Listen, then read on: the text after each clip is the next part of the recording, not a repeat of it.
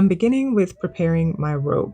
I'm using braided anchor line that's 3/8 an inch in diameter. You can use any rope you'd like. I wrap the ends of the rope in tape. Use any tape you have on hand.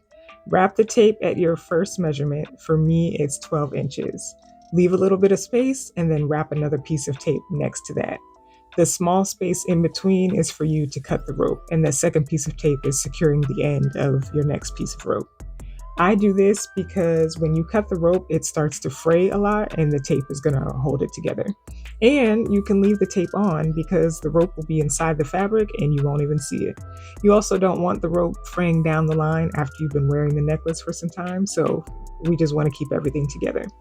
I've also burned the ends of the rope before to stop the fraying, so it's an option, but I figured I'd show you the safer option. We don't want y'all burning nothing down. So the first piece of rope I measured and cut was 12 inches.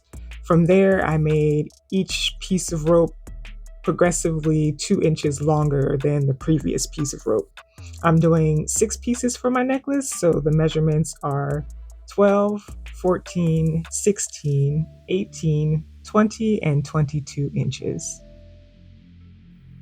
Okay, so next we're moving on to the fabric portion. I have 6 pieces of fabric here. You can do all the same pattern, or you can have 6 different patterns going on, whatever you prefer. So each piece is going to have a 2-inch width, and we have 16 inches, 18 inches, 20 inches, 22 inches, 24 inches, 26 inches. What I did was just add 4 inches on top of the nylon rope, and that leaves some room at the end so that it's not so bulky when you want to sew all the pieces together. So what we're going to do with each of the pieces of fabric is we're going to fold them in half lengthwise, and then you're going to sew across. So I'll do that and come back. Y'all, I initially sewed these with a 1/4 inch seam allowance and learned the hard way that that was not going to work. After I had turned them inside out, there wasn't enough of an opening for the fabric to fit around the ropes, so I had to go back and redo them with an 1/8 inch seam allowance. So when you see the strips in the next frame with a 1/4 inch allowance, just know that I was not going to re-record that part, and I did fix them off camera.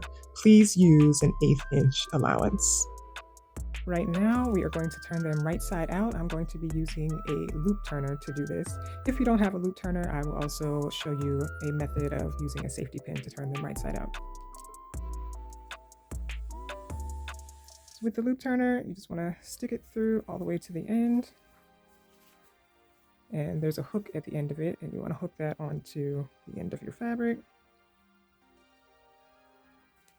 Be mindful of this little thing because it closes on you, so I might have to finagle a little bit. I usually hook it on the side with the stitching, but it doesn't matter, whatever way works for you. And again, I'm still learning this thing. I've mostly got it, but you kind of want to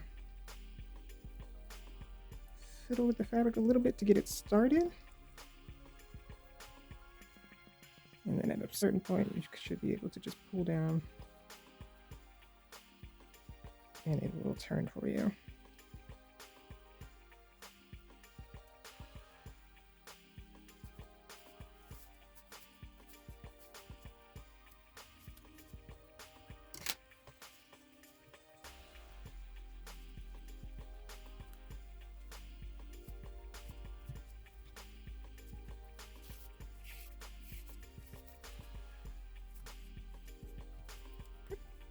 If you're using a safety pin, try to use a large one.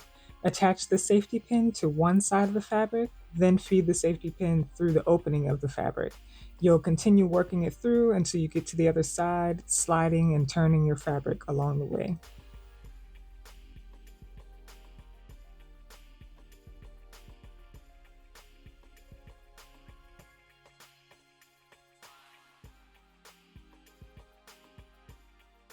Go ahead and turn the remaining pieces of fabric right side out. Now it's time to put our ropes inside of our fabric. So we're going to take our loop turner again and we're going to put that through our fabric. grab the corresponding rope, hook the loop turner through.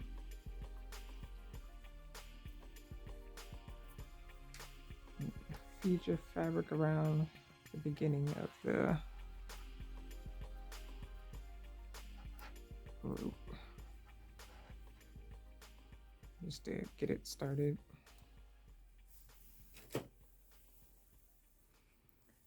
And when you're pulling it through, you kind of want to feel it out about 2 inches of space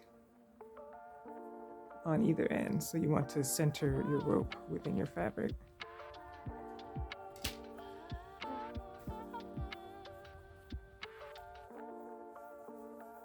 And repeat that process.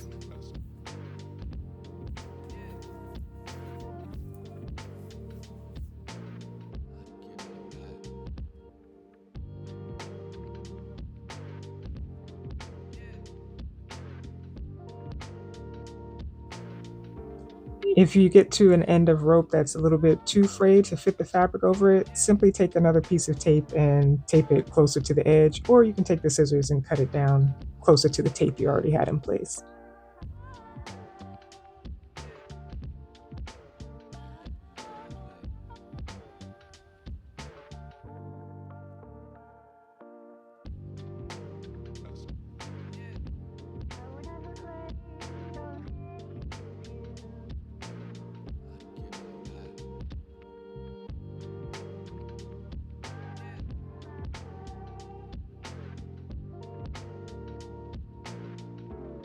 Now to assemble our pieces together. What I did was flatten the fabric tube so that the seam was in the middle. Then I lined up the edge of the next piece with that middle seam, so on and so forth, so that each piece is overlapping halfway. And you'll want to pin and clip each piece together as you go along. I chose this spacing just to reduce some of the bulk when I go to sew this together. However, if you don't want to have as wide of a closure, you can certainly stack the ropes on top of each other and have something narrow. Once you have everything lined up, hand sew a straight stitch to hold the pieces in place, and then you're going to repeat all of this on the other side.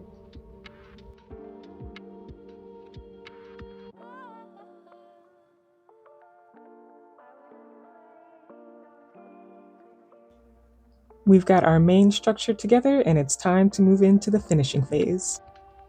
I'm using a black satin as the ties for the necklace. I'm going to do the same thing I did with the other fabric, which is fold these in half lengthwise, right sides together, sew a straight stitch, and turn them right side out.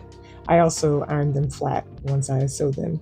I think ribbon would also work well and maybe an easier option, but I didn't have any black ribbon on hand that was the width that I would want for this project, so I went with the satin option.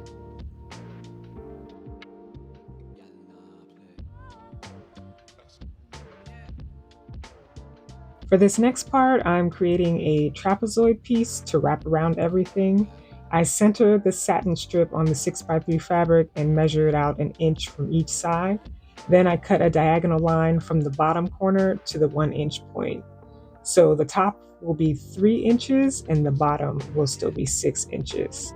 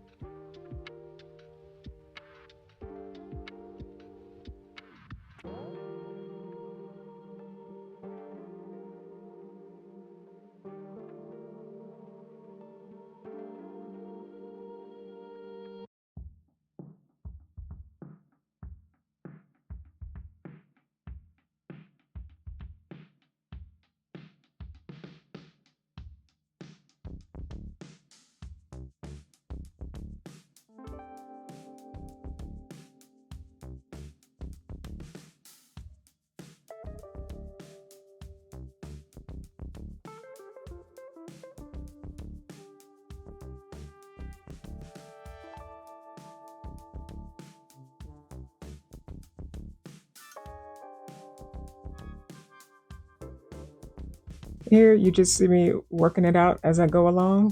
I was making sure it was going to fit around everything. Once I was good with the fit, I folded over the sides and top about a 1/4 inch and then folded the bottom about 3/8 of an inch and then ironed those folds in place. And of course, you'll do this for the other piece of fabric as well. I've got my closure pieces ready to go, and I'm just going to trim off the excess that was created when I made the folds.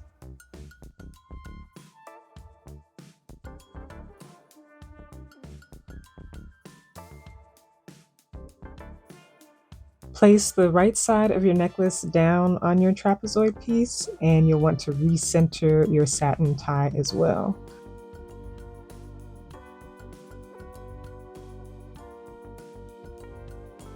Fold over the trap piece, make sure you're covering your hand stitch from before, and then pin everything in place and sew the top and bottom like between 1/8 to a 1/4 inch from each edge.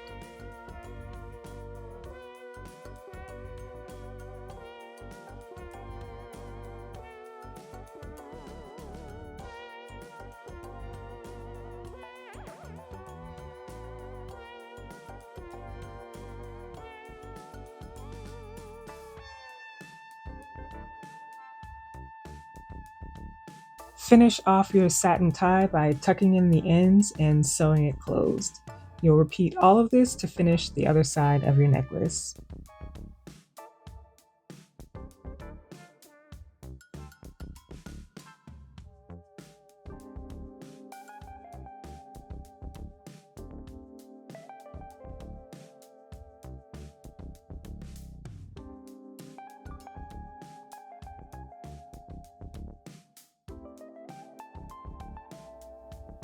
And it's finished! We have a beautiful Ankara fabric rope necklace that can be worn on a variety of occasions.